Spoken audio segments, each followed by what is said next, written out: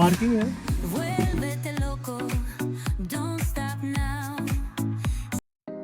Hello everyone, welcome back to my channel মিষ্টি গল্প। আজকে আমরা বেরিয়ে পড়েছি একটা ছোট্ট কিন্তু ভীষণ সুন্দর রোড ট্রিপে। ডেস্টিনেশন হর্সলে হিলস। এটিকে আবার অনেকে ভালোবেসে বলে থাকে Andhra's Ooty. If you are looking for a perfect weekend getaway from Bangalore, then this place can be a hidden gem for you. আমরা থাকি ব্যাঙ্গালোরের কেয়ারপুরমে, আর এটি ছিল আমাদের বাড়ি থেকে বেরিয়েই প্রথম টোল প্লাজা।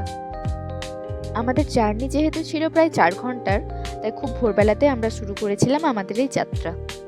আর কেউ যদি ভেবে থাকেন হর্সলে কিভাবে পৌঁছবো, তার জন্য সমস্ত রুট প্ল্যান আমার এই ভিডিওতে দেওয়া থাকবে। কেয়ারপুরম ছেড়ে আমরা এখন এয়ারপোর্টের দিকে রাস্তা ধরে এগোতে লাগলাম। এরপর আমরা যাব বুদিগিরি ক্রসের দিকে রাস্তা ধরে। বুদিগিরির পর আমরা হোসকোটে রোড ক্রস করে নেব চিন্তামণি রোড।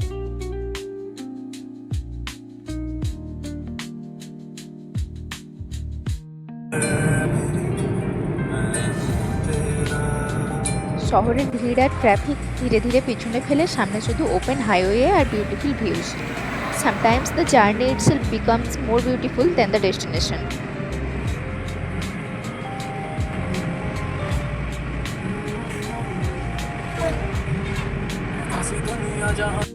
হর্সলে যাওয়ার পথে এটি ছিল আমাদের 3য় নম্বর টোল প্লাজা। এই বিজাগন্দানাহাল্লি টোল প্লাজাটি হোসকোটে চিন্তামণি রোডের উপরেই পড়ে।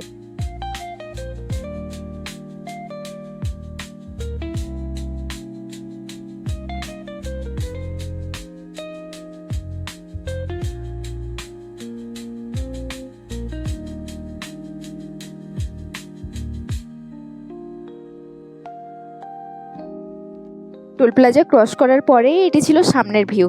দেখে মনে হচ্ছিল যেন পাহাড়টিতে মেঘ ভেসে ভেসে যাচ্ছে। পাহাড়গুলোকে দেখতে যতটা সুন্দর মনে হয়, তার থেকেও বেশি মনমুগ্ধ করে এই মেঘগুলো। মনে হয় ওরা যেন কোনো তাড়াহুড়ো ছাড়াই পাহাড়ের কাঁধে কাঁধ মিলিয়ে ঘুরে বেড়াচ্ছে। It felt like the clouds were dancing with the mountains, slow, graceful and absolutely magical. For a moment, time stood still. No city noise, no deadlines.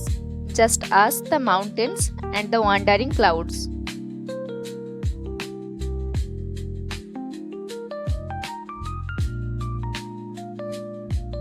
আমরা এতক্ষণ আসছিলাম চিন্তামণি রোডের ওপর থেকে। এখানটা থেকে এবার চিন্তামণি আলাদা হয়ে যাচ্ছে। আমরা এবার অন্ধ্রপ্রদেশ বর্ডার এরিয়ার মধ্যে প্রবেশ করে যাব।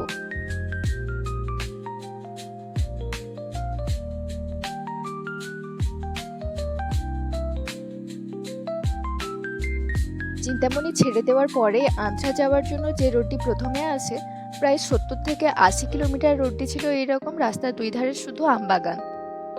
সত্যি বলতে এটা ছিল আমার জীবনে প্রথম একটা এরকম এক্সপিরিয়েন্স, একসাথে এত আম গাছে এত আমবাগান দেখা। বোঝাই যায় না।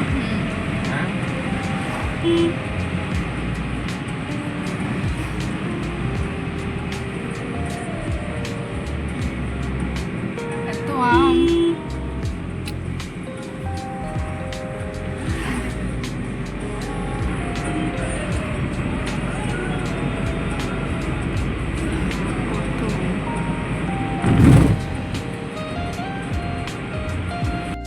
নিরিবিলি রাস্তা দেখে আমরা এখানে একটু ব্রেকফাস্টের ব্রেক নিয়েছিলাম। ব্রেকফাস্ট আমরা ঘর থেকেই বানিয়ে নিয়ে গিয়েছিলাম।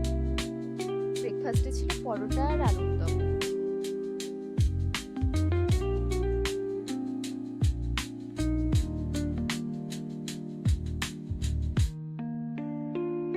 ব্রেকফাস্টের পর সামনে একটি চায়ের দোকান থেকে যাচ্ছিলাম চা নেওয়ার জন্য।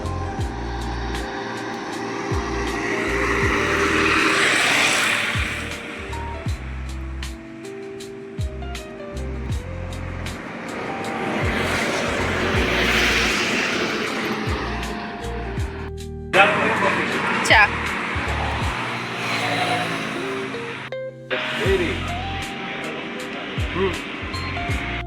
ये हया हया क्या है?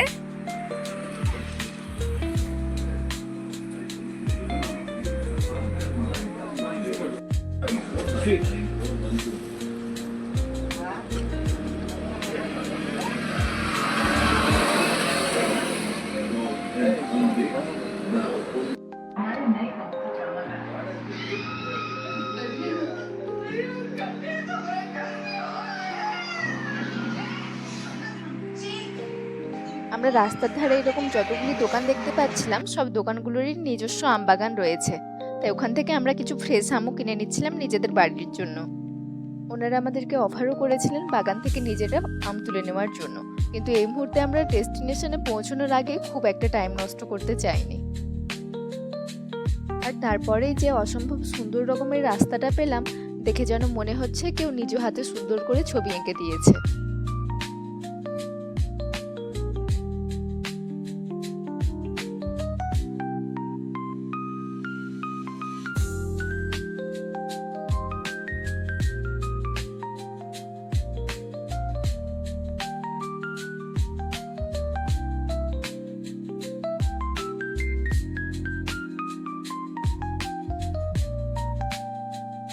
আর এই মাদানাপাল্লে রোডে এসে তো এক মুহূর্তের জন্য মনেই হচ্ছিল আমরা যেন ক্যালিফোর্নিয়া পৌঁছে গেছি। সত্যি বলতে কি হর্সলে হিলের ডেস্টিনেশনটা যতটা সুন্দর তার থেকেও বেশি আমাদেরকে বারবার সারপ্রাইজ দিচ্ছে এই রোডগুলি। হঠাৎ করে চারপাশের দৃশ্যটা যেন বদলে গেল। লম্বা একদম স্মুথ রাস্তা, দুপাশে পাহাড়, সবুজ গাছপালা, আর চোখ যত দূর যায় তত দূর পর্যন্ত open landscape.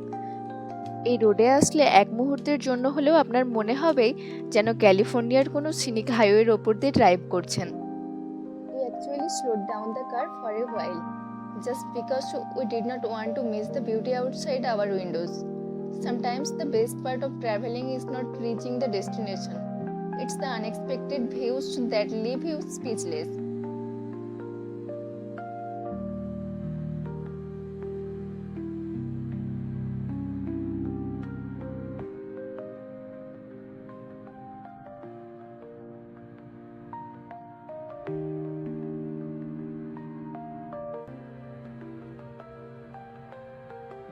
Border area cross করে সম্পূর্ণ একটি ভিন্ন স্টেট অন্ধ্রপ্রদেশে আমরা এখান থেকে প্রবেশ করলাম।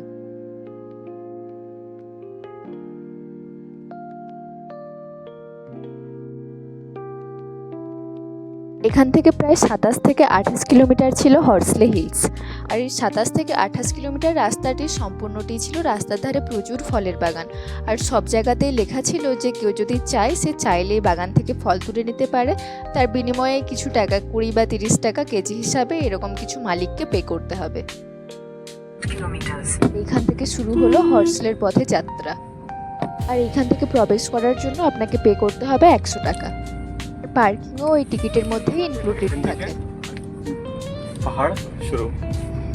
টিকিটটা ঠিকঠাক নেওয়া গেল না, ওইটাই তো নেবার দরকার ছিল। নেওয়া হয়েছে, আধা রকম এসেছে।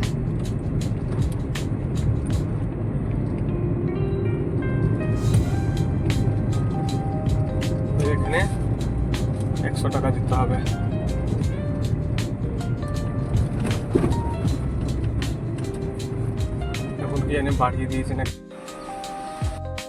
The moment we entered the hill roads, the weather changed completely. চারিদিকে সবুজে ঘেরা পাহাড়, ঠান্ডা হাওয়া আর শান্ত পরিবেশ। সত্যি বলতে ব্যাঙ্গালোরের ব্যস্ত জীবনের পর এটা যেন একটা ফ্রেশ ব্রিথ অফ এয়ার। এখানে দাঁড়িয়ে মনে হচ্ছিল কখনো কখনো সুখ মানে শুধু একটু প্রকৃতির কাছেই চলে যাওয়া। আর সম্পূর্ণ রাস্তাটিতে প্রচুর হেয়ারপিন কার্ভ আছে, তাই এখানে গাড়ি চালানো বেশ একটু ডিফিকাল্ট।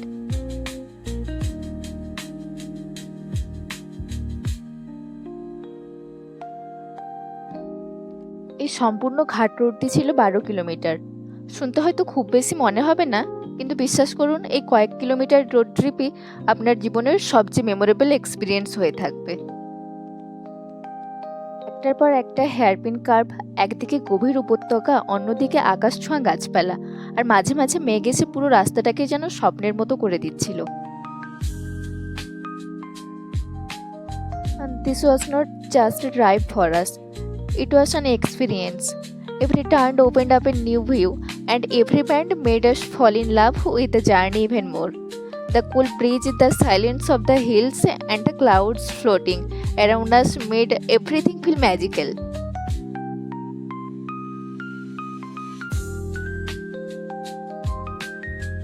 আর এটা ভেবে তো আরও অবাক হবেন, আমাদের আজকের ডেস্টিনেশন প্রায় 4100 ফুট ওপরে। ব্রিটিশ আমলে WD হর্সলে নামে এক ব্রিটিশ কালেক্টর এই জায়গাটিকে সামার রিট্রিট হিসাবে গড়ে তুলেছিলেন। আর তখন থেকেই তার নাম থেকেই জায়গাটির নাম হয়ে উঠেছিল হর্সলে হিলস।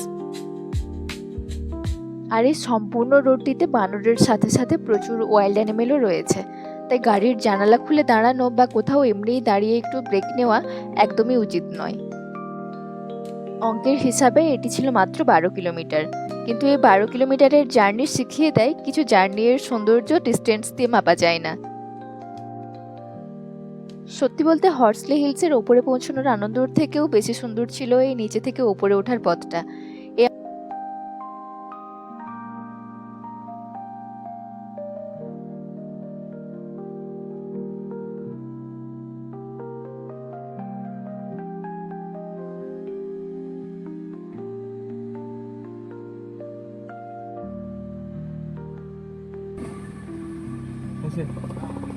इधर किधर को जाना है? व्यू पॉइंट किधर है? व्यू पॉइंट किधर को है? इधर है, इधर को जाना।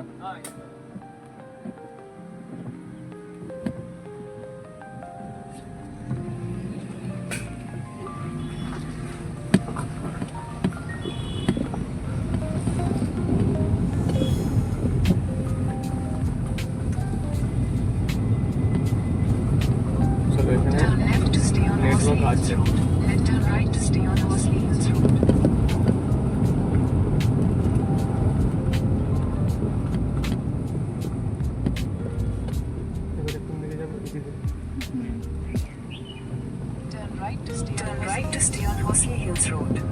সানরাইজ এন্ড সানসেট এদিকে আছে।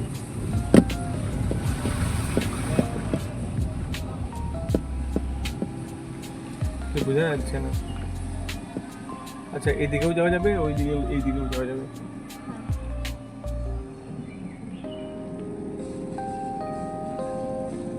আমাদেরকে কোন দিকে যেতে হবে? এদিকেই চলো।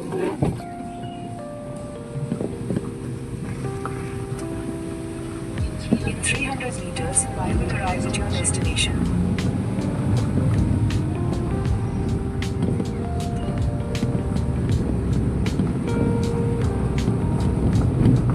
নন্দী হিলসে যেমন পুরো উপরে উঠতে দেয় না, এটা এটা এখানে সেরকম নেই।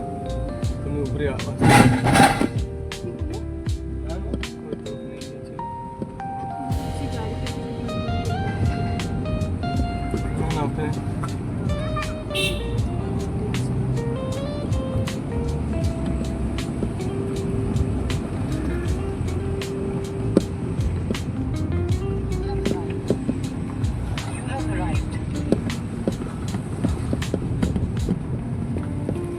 এদিকেই চলো কোথাও গাড়িটা।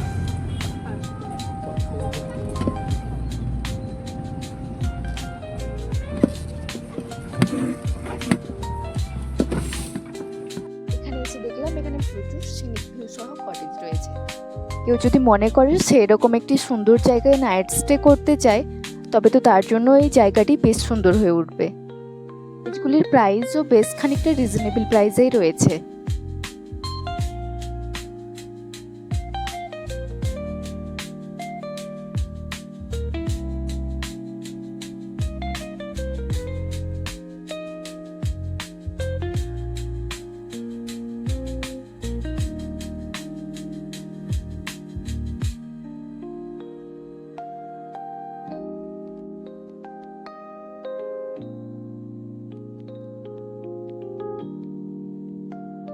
সত্যি এত সুন্দর একটা ভিউ আমাদের জন্য অপেক্ষা করে আছে, এটা ছিল একদম আমার কল্পনার বাইরে। এখানকার ভিউ পয়েন্টস থেকে যে দৃশ্য দেখা যায় সেটা সত্যিই মন ছুঁয়ে যায়। Clouds, mountains and the endless greenery. No filter needed because nature is already perfect. আমরা অনেক ছবি তুললাম, ভিডিও করলাম, আর সেই মুহূর্তগুলোকে স্মৃতির খাতায় বন্দি করে রাখলাম।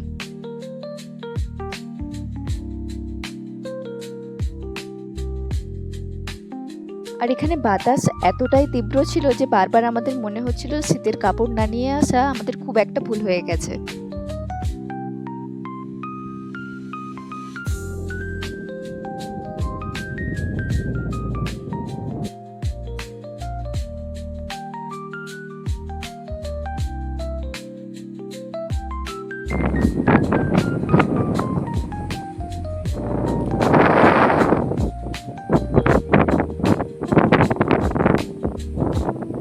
হর্সটা থেকে বেরিয়ে ভাবছিলাম এটা হয়তো কোনো সিনিক রিসোর্ট বা কোনো ভিউ পয়েন্ট, তাই এখানে সবাই রয়েছে। কিন্তু ভেতরে এসে দেখলাম এখানেতে কোনো একটি মেয়ের উমেনহুড সেলিব্রেশন হচ্ছে, যেটিকে সাউথ ইন্ডিয়ানরা হাফ সারি সেলিব্রেশন বলে থাকে।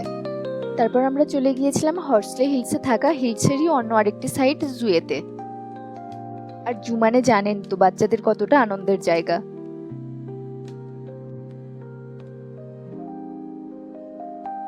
আর জুয়ে যাওয়ার টিকিটও ছিল খুবই কম, 25 টাকা পার হেড। এই দেখো পিকক, ইমো ইমো, মানে ওটিকে ডুপ্লিকেট করেছে, তাই তো, কপি করেছে।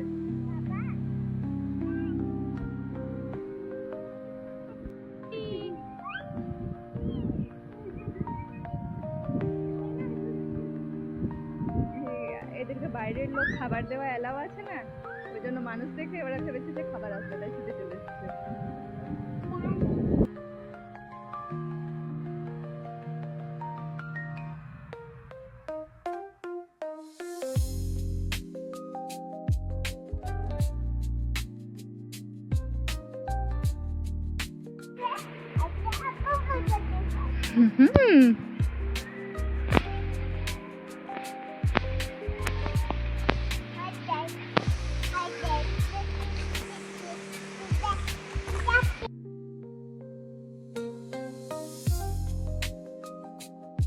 এটি হয়তো এখানের একটি সানরাইজ আর সানসেট ভিউ পয়েন্ট, তাই ভাবলাম একবার ওপরে যেয়ে দেখা যাক ওপর থেকে ভিউটা ঠিক কীরকম।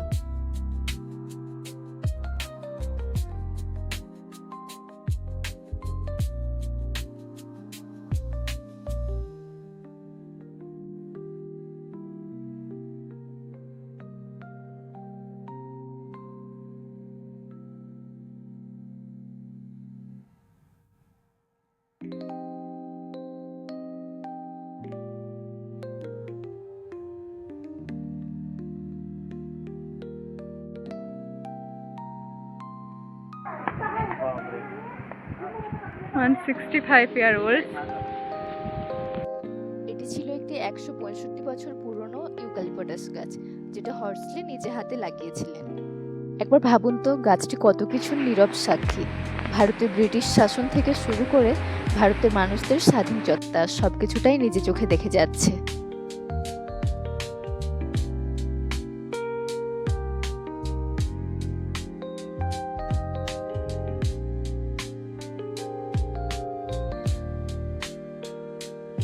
ব্রিজের নিচে যে গাছগুলি দেখতে পাচ্ছেন তার বেশিরভাগটাই রয়েছে কফি প্ল্যান্টেশন।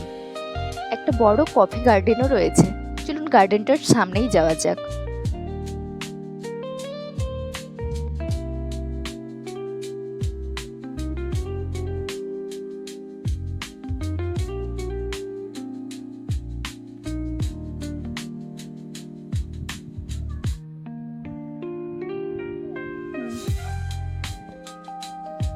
হ্যাঁ, হাত দেবে না নোংরা বাবা।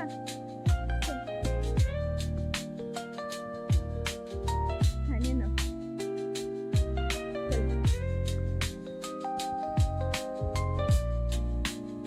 আর এটি ছিল এখানের একটি স্টুডেন্টস লাইব্রেরি, যে কেউ এসে ওখানে একটু বই নিয়ে পড়তে পারে। আর এখান থেকে আমরা দেখতে পাচ্ছিলাম একটা ছোট্ট লেকে বোট রাইড হচ্ছে। আমরা ভাবছিলাম এটা হায়ার জীবনের প্রথম বোট রাইড হবে, তাই একবার ওই দিকেই যাওয়া যাক।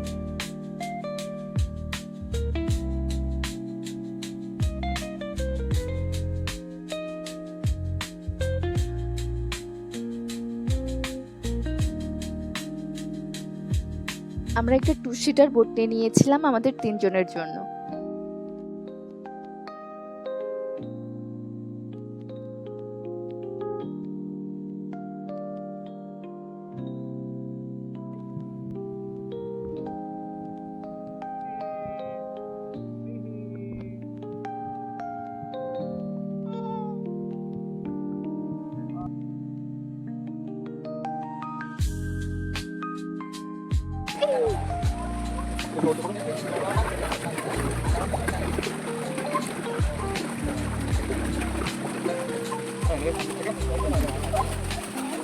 আরো তুলো একদম উপরে সামনে থেকে।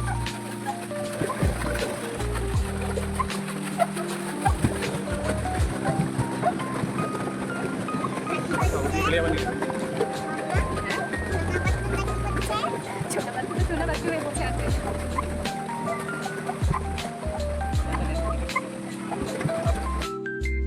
বোটিংয়ের টিকিট প্রাইস ছিল 50 পার হেড। সত্যি বলতে কর্ণাটকা আসার পরেতে এত কম প্রাইসে এত কিছু হয় এটা কর্ণাটকার কোথাও আমরা দেখিনি।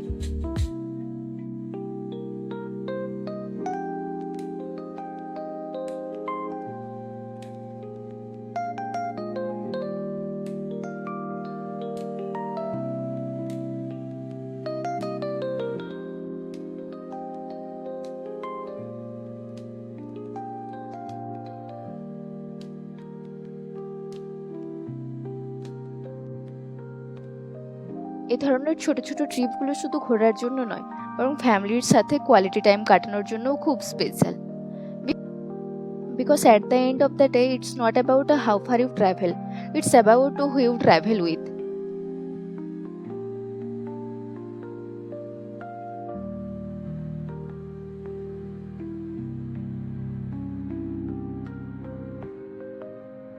If you enjoyed this vlog, don't forget to like, share and subscribe to our channel Misty Golpo. Until then, keep exploring, keep smiling and keep creating beautiful memories. See you in the next vlog.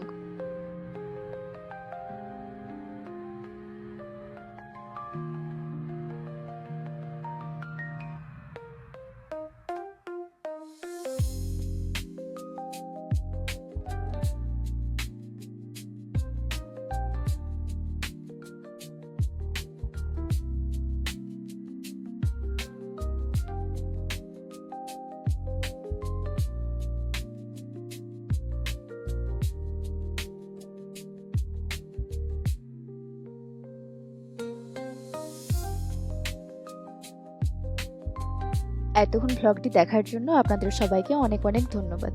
লেকটির বাইরে একটা ছোট্ট park ছিল, children park. বাইরে বেরোনোর সময় children পার্কে হাইকে নিয়ে কিছুটা সময় কাটিয়ে আমরাও ফিরে এলাম আমাদের বাড়ির উদ্দেশ্যে।